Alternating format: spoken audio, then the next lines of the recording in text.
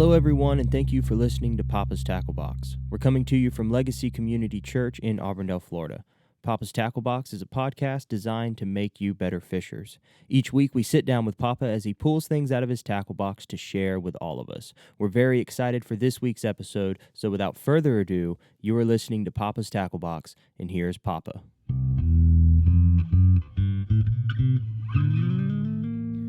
Well, hey, everybody. Thanks for joining me today.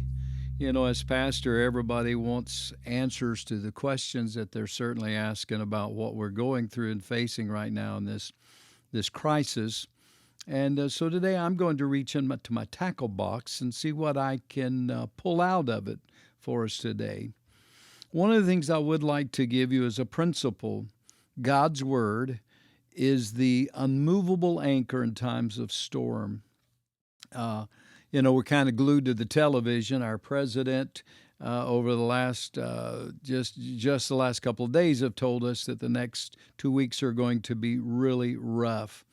And I also listened to the owner of the Mavericks, Mark Cuban, on an interview with Fox News, and he said that people are going to come out of this with new entrepreneurs that are going to change change the face of America, and that we're going to come through stronger. So when I was listening to him, I began to think, okay, so what about the church? What about us?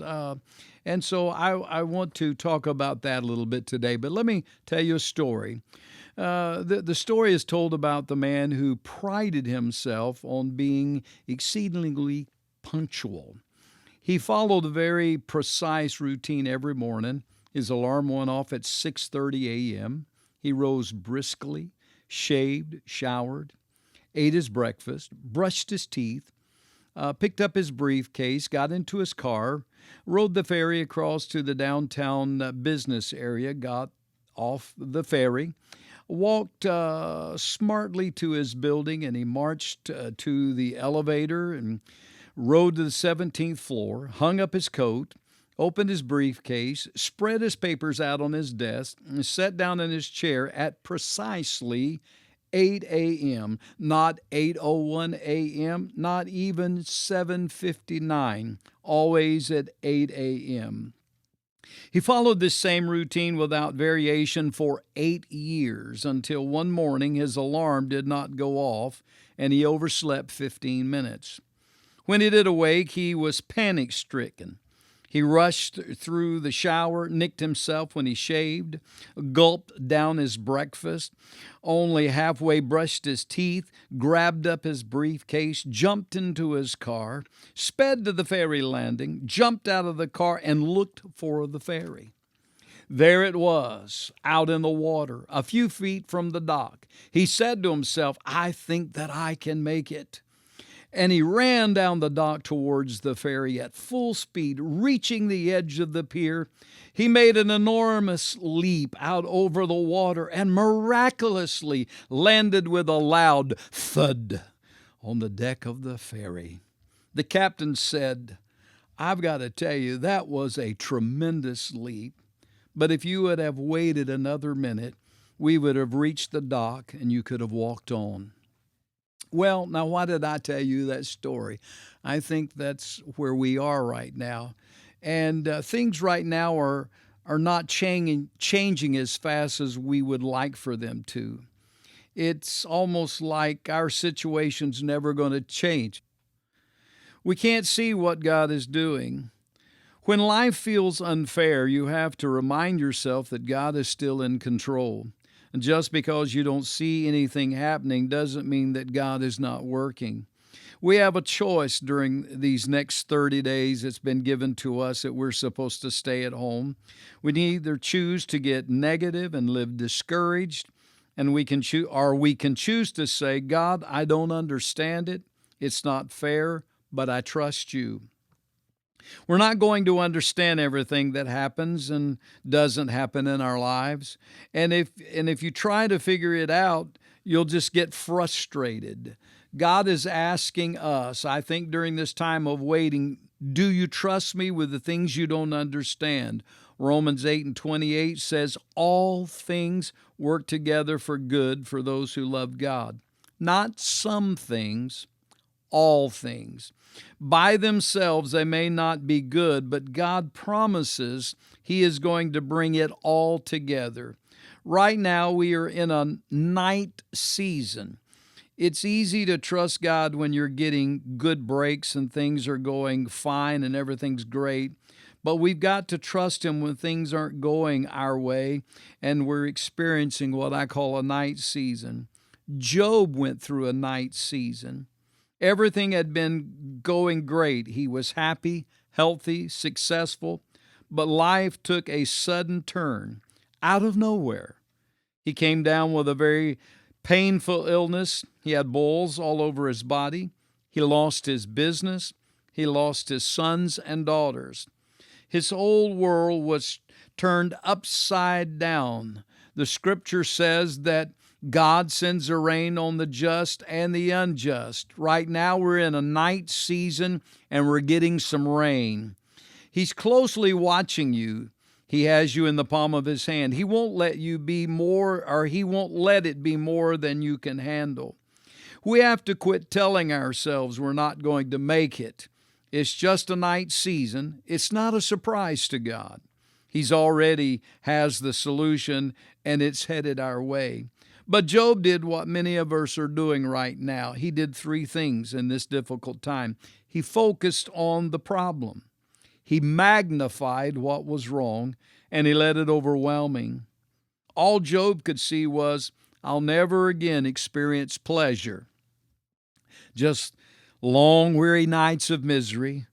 He was saying this is permanent, and this is how my story is going to end. It's just going to be nights of misery. After this, the Bible said Job lived 140 years. After what? After the night season. Then he died an old man, having lived a long, good life. He not only made it through the night season, God restored double what he had lost. The disciples were in a night season. Over 2,000 years ago when Jesus was crucified, it didn't look like a Good Friday. They thought it was the worst day of their lives. Their dreams were shattered. The man whom they had devoted their lives to had been crucified. He was dead, buried in a tomb. Now doubts filled their minds. We're facing times that don't make sense. Nothing about it seems good. And it's easy to get discouraged in the heat of the battle. God, why did you let Judas betray him? God, why did you let the soldiers crucify him? God, why did you abandon him in his time of greatest need? A few days later, when Jesus rose from the dead, appeared to them in the upper room, cooked them breakfast on a beach, they realized he was who he'd said he was. He defeated the enemy, brought salvation to mankind, but it wasn't what they thought. It was the worst day of their lives. Right now, we're in a Friday night season. Nothing seems good about our situation. The good news is that Sunday is coming. All I can say is trust God. He knows what's best. Even though we don't understand and say it's going to work for me and not against me. I don't like the inconveniences that we're going through right now. None of us do. I broke my glasses this week and nobody's open to fix them, and so it's difficult. You're going through things that we just took for granted. But would you say with me, right where you are, repeat this: God, this is where you have me right now. I'm going to be my best. I'm going to have a good attitude. In the night season of our lives, it's easy to talk about the difficulties, how bad life is right now. Instead of us complaining, let's say, all is well. You're saying, by saying all is well, God is still on the throne, and I'm not going to get bitter, angry. I'm not going to worry. I'm not going to get upset because all is well. So let me give you another principle. If we're going to magnify something, don't magnify the crisis. Let's magnify our God. Like the story I told you in the beginning, Moses went through a night season 40 years, and Moses changed. He learned to wait on God. Maybe through the season that we're going through, that God is teaching something about waiting. As we wait on God, He's preparing His church, I believe, for a comeback. We're about to step up to a new level. God never sleeps. He doesn't just work the night shift, He shifts things in the night. Paul and Silas were beaten with rods, imprisoned in the inner dungeon, feet were in chains.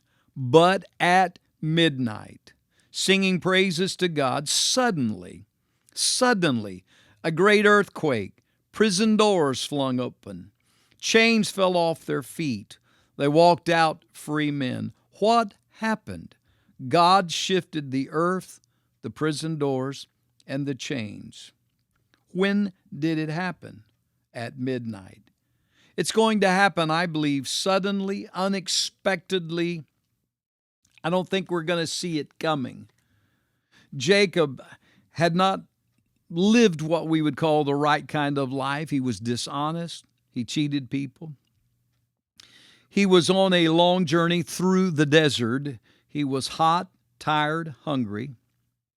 Nothing was going his way. He came to a place to spend the night. He went to sleep feeling discouraged. He had a dream. God was standing at the top of the staircase and said, "The ground you're lying on is holy. I will protect you and be with you."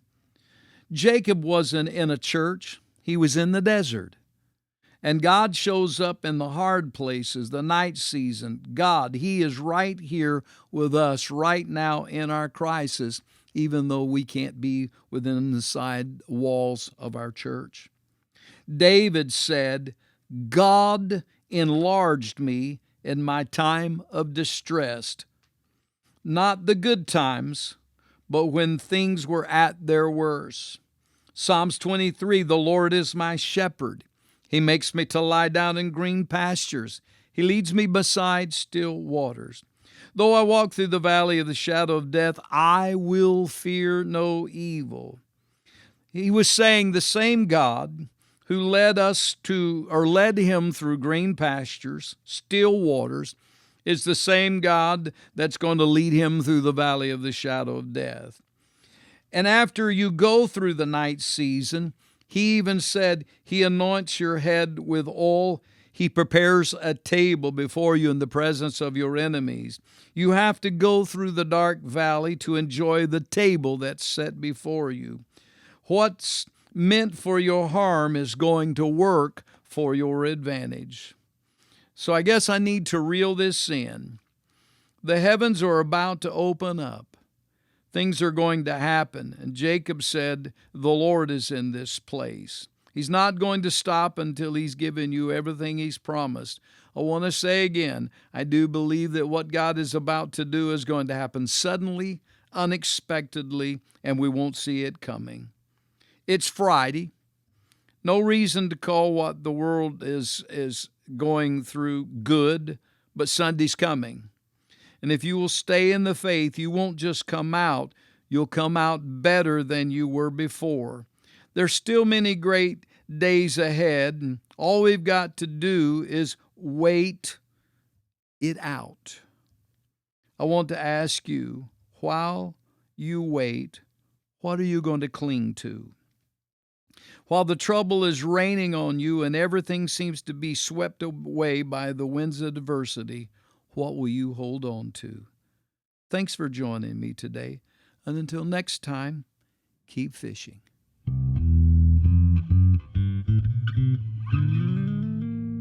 Hey, thanks everyone for listening to Papa's Tackle Box. Make sure that you stay up to date with everything we're doing by following our Facebook page at Legacy Community Church. Go ahead and follow us on Instagram at Legacy Church FL. And don't forget to subscribe to our YouTube channel, Legacy Community Church.